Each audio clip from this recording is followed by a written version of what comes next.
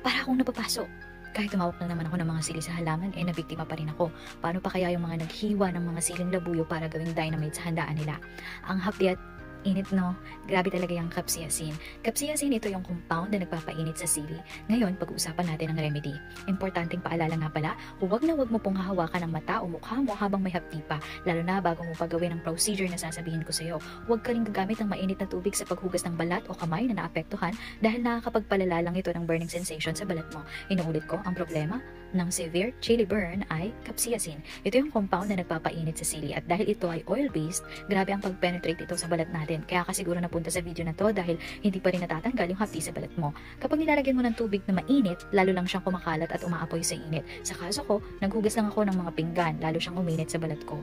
Ngayon, ang goal natin sa video na ito ay tunawin ang capsaicin compound na kumapit sa balat mo. Ito na yung best remedies na subok ko. Una, cold water o malamig na tubig.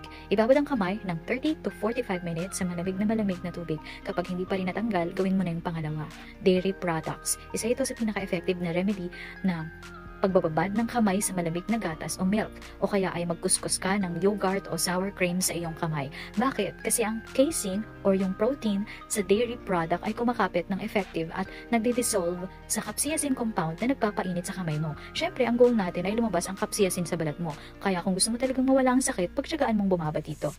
Pangatlo, kung walang dairy products sa loob ng bahay nyo o nanghihinayang ka sa mahalang yogurt o gatas na sana ininom mo na nga lang, gamit ka po ng malamig na tubig, plus cooking oil, plus dish soap or dishwashing liquid. Paano ba ito gagawin? Una, kuskusin ang kamay o ang balat na naapektuhan ng kaunting olive oil. Lalagyan mo ng kaunting olive oil, pwede rin ang canola oil o kahit anong vegetable oil. Ang ginamit ko last time ay yung sunflower oil. Kung bakit? Ay dahil kayang tunawin ng mga oil na yan sa kamay mo ang capsaicin compound ng sili. Pagkatapos, hugasan mo ng maigi gamit ang mild dish soap o mild dishwashing liquid at malamig na tubig. Pagtsagaan mo lang, mararamdaman mo unti-unti nang mawawala yung hapdi. Pang-apat, alcohol-based solution. Gumamit ng rubbing alcohol o hand sanitizer sa kamay para unti-unting matunaw yung oil ng sili. Tapos hugasan agad ng dishwashing liquid at malamig na tubig. Syempre, after ng pagtsaga, umaasa akong mararanasan mo na ang paglesen ng chili burn sa iyong kamay. Ulit-ulitin mo lang ang procedure ng remedy hanggang sa matolerate mo na yung sakit dahil pag nalesen na yung hapdi, alam ko unti-unti ka na rin ngingiti.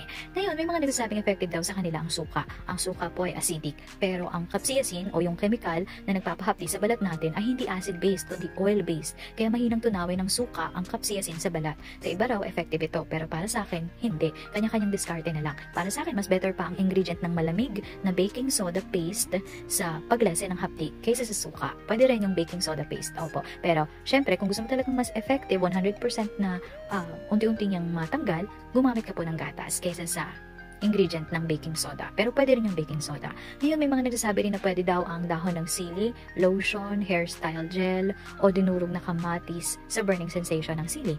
Hindi lang ako sure kung kaya ba nilang tunawin o tanggalin ang oil-based capsaicin compound na sobrang init sa balat mo na nagpe-penetrate at ayaw kang tantanan.